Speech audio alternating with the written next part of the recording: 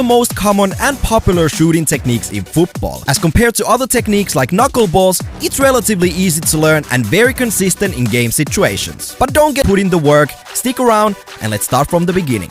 And you want to start with a proper run up to the ball, which means having a bit of an angle to the ball. Imagine that the camera is the goal. I would probably approach the ball from an angle somewhat like this. People who tend to go for a more straight run up usually go for a knuckleball or just a pure power strike, but that's not what we're working with today. Also, I've seen tons and tons of tutorials where people give you exact steps. Take 5 big steps back, 2 to the side, and you're good to go. Honestly, it doesn't matter how many steps you take back. Once you get into the technique a little bit more, you will find out the distance and the exact angle that works out for you, because the only thing that really matters here is that you have an angle to the ball. This will help you shooting the ball in the right way that will put some curve on the ball. So, which part of your foot should you use to strike the ball? Basically, you want to kick the ball with the instep area right around here. It's basically the area between your toes and the very inside of your foot. Now, a lot of people shoot their curling free kicks or try to shoot their curling free kicks with the inside of your foot that you use for passing, and that will not generate enough power for the ball to go over the wall into the top pins. So when you're about to make your initial contact with the ball, make sure that your ankle is locked and your toes are pointing upwards. You want to point your toes upwards like this to make sure that the ball not only gets a beautiful side spin, but also a little bit of top spin. This will make sure that the ball actually goes over the wall and dips beautifully into the top corner. And you want to strike the ball somewhere around this area, the lower half, slightly on the side, to actually give the ball that curling movement we are looking for. 2 other things worth mentioning. Make sure that the whole movement starts from your hip. Just like this. You want to have some nice momentum when you approach and shoot the ball. Nobody has ever shot a nice free kick just by swinging their leg and having their hip not working together with them. You can see from this is never gonna work out. What you want to do instead is approach the ball from a nice angle and have your entire hip moving and creating some nice momentum. Also, your non-kicking foot, your standing foot, has a very interesting role in this technique. Normally when you pass the ball, let's say the camera is you, I'm trying to pass the ball directly to you. You are used to having your non-kicking foot pointing directly towards your target. But in this case, I'm actually gonna have my standing foot pointing slightly away from my target. Why is that? Because with this technique, we are trying to generate side spin. So I'm actually trying to aim somewhere over there and hope that the curve is gonna kick in and the ball is gonna actually end up directly towards your target. Now, the last piece of the puzzle is the follow through. What happens after the short moment your foot is actually in contact with the ball? And here we basically have 2 schools of thought. We have the people who just let their entire leg swing freely like this, and then we have guys like myself who tend to stop their follow through a little bit quicker. My planting foot actually makes a pretty funny looking movement. It basically drags along the ground and I land back on my kicking foot. Some people shoot their free kicks like this and their planting foot stays in the same spot all the time, but for me the movement is something like this. You can basically go with whatever version you feel comfortable in, but the important thing here is that your entire leg actually continues the movement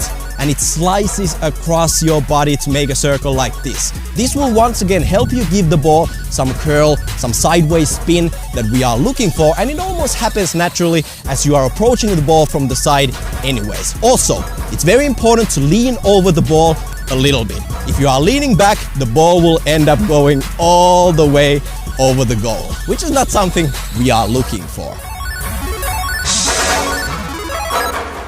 And that's pretty much it for the basics. Next up, I wanted to give you some extra tips, and my tip number 1 is to practice your free kicks shooting against the wall. This is a great thing to do because obviously when you kick the ball towards the wall, it will always come back to you. And this is great because you can actually get more repetitions in less amount of time, which is crucial because repetition is everything when you're practicing your free kicks. It's not going to help you out knowing in your head how to shoot free kicks. No, you need to repeat the same movements thousands after thousands of times.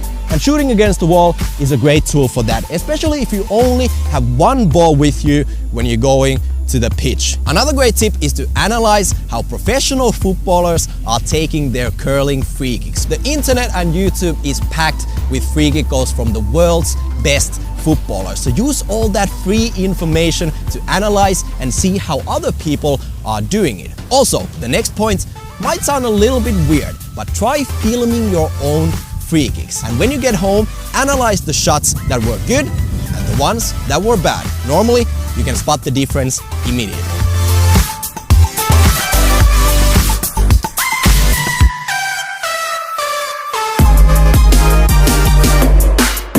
Now, onto some common mistakes that a lot of people do when they start practicing their curving free kicks. And the number one thing I see people doing wrong is that they only generate backspin to their shots instead of getting that beautiful side spin to the ball. Backspin is obviously an enemy because it will make the ball float in the air for a long period of time, which is something we don't want. We need the ball to go up over the wall and come back down into the top pins. Now, if you find yourself only generating backspin to the ball, you are probably doing one of these things wrong.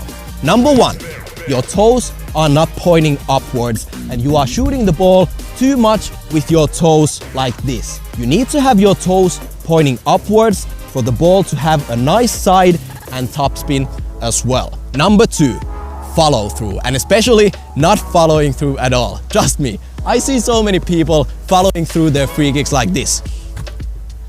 That's not how you follow through when you shoot a free kick. That's how you chip the ball. That will only give you backspin, which once again is an enemy. So make sure you follow through.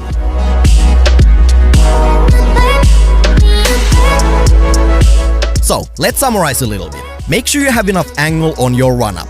Point your non-kicking foot slightly away from your target and hit the lower half of the ball with your instep. As you hit the ball, make sure your upper body is leaning over the ball, your ankle is locked, and your toes are pointing slightly upwards to give the ball some top spin as well. And finally, follow through by continuing the movement with your leg across your body.